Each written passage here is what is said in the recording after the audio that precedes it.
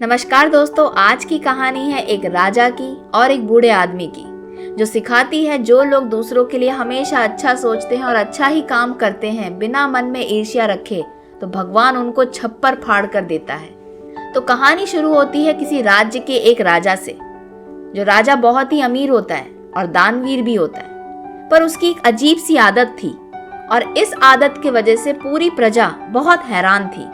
वो आदत थी कि उस राजा ने एक बार कह दिया था, अगर वो राजा किसी भी व्यक्ति के लिए वाह शब्द कह देगा तो वो उसको 1000 सोने की मोहरें देगा, मतलब 1000 सोने के सिक्के दे देगा। ये बात जैसे ही पूरे राज्य में पता चली तो दूर दूर से लोग आकर उस राजा को बहुत लुभाने की कोशिश करते थे, अच्छा काम करते थे, लेकिन राजा के मुंह से कभी वाह नहीं निकला। राजा कहता था कि मेरे मुंह से अपने आप जब वाह निकलेगा, कोई ऐसा काम करेगा, तब मैं उसको 1000 सोने के सिक्के दूंगा। एक बार वो राजा जंगल में शिकार करने जा रहे थे अपने सिपाहियों के साथ। जाते जाते उनको रास्ते में एक बूढ़ा आदमी मिला। उसने देखा वो इतना बूढ़ा हो चुका था कि शायद ही वो कुछ साल जी पाएगा। उसके हाथ पैर कपकपा रहे थे, फिर भी वो बड़ी मेहनत से एक मिट्टी में गड्ढा किए जा रहा था, पूरे बगीचे में साफ सफाई कर रहा था। राजा रुके और उस बूढ़े आदमी को अपने पास बुलवाया और कहा कि तुम ये क्या कर रहे हो?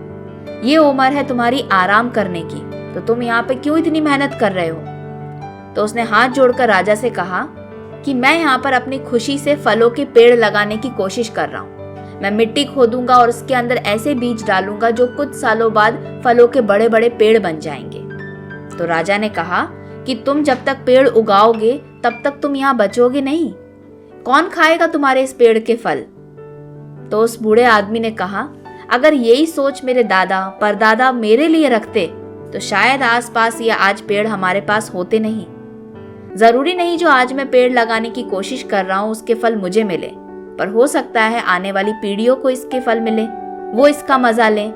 मेरे पूर्वजों ने अपना फर्ज निभाया, अब मेरी बारी है, मैं अपना फर्ज अदा कर रहा हूँ। राजा ने जैसे ही बूढ़े आदमी की ये बातें सुनी तो उसके मुंह से निकल गया वाह। तो सैनिकों ने राजा को तुरंत कहा कि आपने कहा था आप जब भी अपने मुंह से वाह निकालेंगे किसी इंसान के लिए तो आप उसको 1000 सोने के सिक्के देंगे। राजा ने बोला, हाँ, अभी इस बूढ़े व्यक्ति को 1000 सोने के सिक्के दे दो। तो बूढ़ा आदमी बहुत खुश हो गया और उसने कहा, देखिए महाराज, आप कहते थे कि ये पौधा मुझे शायद ही फल दे पाएगा, लेकिन इस पौधे के वजह से आज मुझे 1000 सोने के सिक्के मिल गए। तो बूढ़े आदमी की इतनी सकारात्मक बातों को सुनकर राजा और प्रभावित हो गया। उन्होंने बोला कि इनको और 1000 सोने के सिक्के दे दिए जाएं, क्योंकि इनकी सोच बहुत अच्छी है। तो उनको और 1000 सोने के सिक्के मिल गए। अब बूढ़े व्यक्ति के पास 2000 सोने के सिक्के थे। तब फिर उस बूढ़े आदमी के मुंह से एक और बात निकली, और वो बात थी कि आप जैसा राजा मैंने आज तक नहीं देखा। मैं इतना बूढ़ा हो चुका हूँ, लेकिन आपके जैसे राजा से मेरा पाला कभी नहीं पड़ा।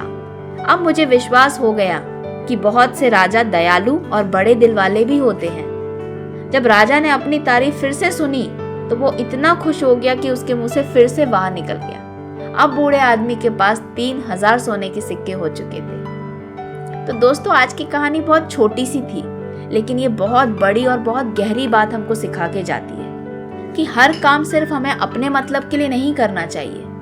जब भी हम कोई काम निस्वार्थ भाव से, अपने लिए नहीं, किसी के लिए ईर्ष्या नहीं रखकर दूसरों के लिए करते हैं, दूसरों का भला करने के लिए करते हैं, तो उसका मीठा फल हमें जरूर मिलता है और जल्दी ही मिलता है। तो कभी भी जिंदगी में आपको ऐसा लगता है कि हम दूसरों के लिए बहुत कर चुके और अपने लिए कुछ नहीं कर पाए और हमारे साथ कुछ अच्छा नहीं हुआ, तो आपको वहां रुकना नहीं है, बल्कि और ज्यादा मेहनत करके और भलाई का काम करना है।